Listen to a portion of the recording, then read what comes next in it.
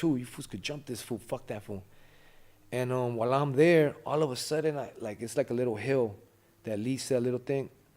I see dudes like coming running, like zigzagging in between cars. I'm like, what the fuck? This dude's coming up with like sticks, old ugly ass shotgun, like all these, like some Warriors type shit, like the movie Warriors, like a dude with a chain, some shit with, like a stick with nails in it, like all kinds of like makeshift weapons, right? A tiger on a leash and shit. Yeah, and they come and they surround me, right? And then like the main dude, right? He got a big gun, and then like the dude that was on the bike, he want to sucker punch me, so he's like to my left, but the dude over here with the handgun. So I'm like, okay, this is the dude. So I'm like, hey, look, I don't have a problem with none of y'all. I have a problem with him, and I called them out. Can I just get down with him right now and fix it? Cause I kept on telling them like over and over, like I don't got a problem with any of y'all, So they were like, oh shit, this fool's like, he's being sincere. Yeah, you're showing heart. And plus I was like, it was a dangerous situation, And then my cousin's, his grandfather comes out with like a 357, and my family calls me Pelon. So he's like, Pelon, get inside. And he kicks everybody out. Right? So then, whatever, more shit happened. But later down the line, I start moving around. I'm in different states. Now I'm like in Baja, like in TJ, I'm moving around. And I kept training, right? So one day they call me and they're like, okay, it's time for you to come down and do your black belt test. It's weird how this shit happened. So I'm like, I call my cousins the same too. And I'm like, hey, tell my uncle, because he had these big Honda motorcycles, these quads. Tell him if I could get one so I could move around in it, and then go to the spot and buy me a bag of weed. I'm going to give you the money when I get over there. And then pick me up this day from the airport. So they pick me up from the airport. Where's my weed at? No, I don't got it. So we go to the spot where they sell the weed, and the dude that was in there, when I left before, he was straight. When I come back, which is like 7, 8 months, 9 months later, he's fucking tweaked out on meth. I'm in the little trap spot. He's in there smoking, and this is like before. I don't think they even had pookies in Mexico. They're smoking out of a fucking light bulb, And I come in there, and I'm a jokester. I like clowning and all that shit. And he's like, "Why you down here?" And I'm like, I came to do a hit. I'm just fucking with him. And this fool's like, what?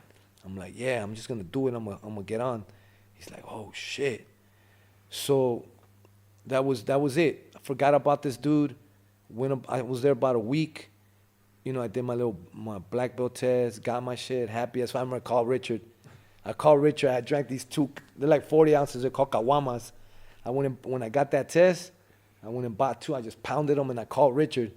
And I'm like, hey, bro, I just got my fucking black belt. What? So then I leave. I fly out, right? So then a month later or 2 months, maybe 2 months later, I don't know. That same dude, that bald-headed dude that was punking my cousins, they found him on the side of the river. They hit him with 2 AKs, emptied both AKs on him, and shot him in the face, like a whole clip in his face too, with a handgun. And my cousins tell me that, right? And they're like, hey, that one dude? It's a rap. They found him by the river. He's full of hoes. So I was like, all right, that's cool. Fuck him. Fucking negative ass vibes anyways. That dude was starting trouble. And he goes, yeah, but the bad thing, they're saying you did it. And I was like, oh man, what the fuck? I'm like, I've been gone like 2 months. Like, there's no way I could have been. I'm over here in the border, like, got nothing to do with that shit. He goes, yeah, man, but remember that tweaked out fool?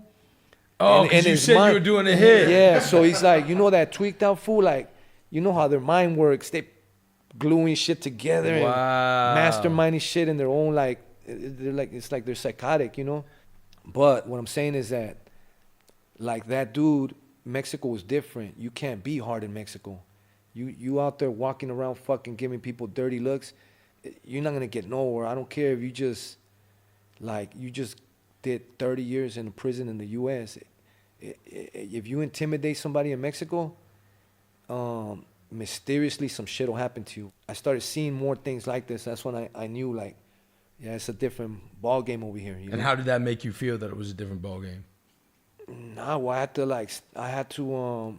to catch up to it and be like, not that, I just had to be on the same page with it. They put you in another criminal situation. You already got your bachelor's.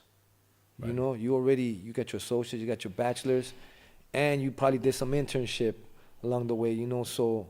Just adjust to new rules. Yeah, down you there, just right? you just New adjust. ball, That's basically what happened. I just had, like, not only me, because there's a lot of people that were just like me over there, and they had to adjust, whether they were deported or fugitives. Like, they had to, like, mind somebody. I mean, it's just like mysterious shit be happening over there. Right. Like, that's what I'm saying. Like, just a dirty look could be enough. I don't know, but it's like LA. You get used Yeah. to it. So whether Did you get used to it? I got used to it. How did you, or did you get to start kind of being involved with those guys? I just started maneuvering, like, because see, my boy's family is involved in that. My family, they're field workers.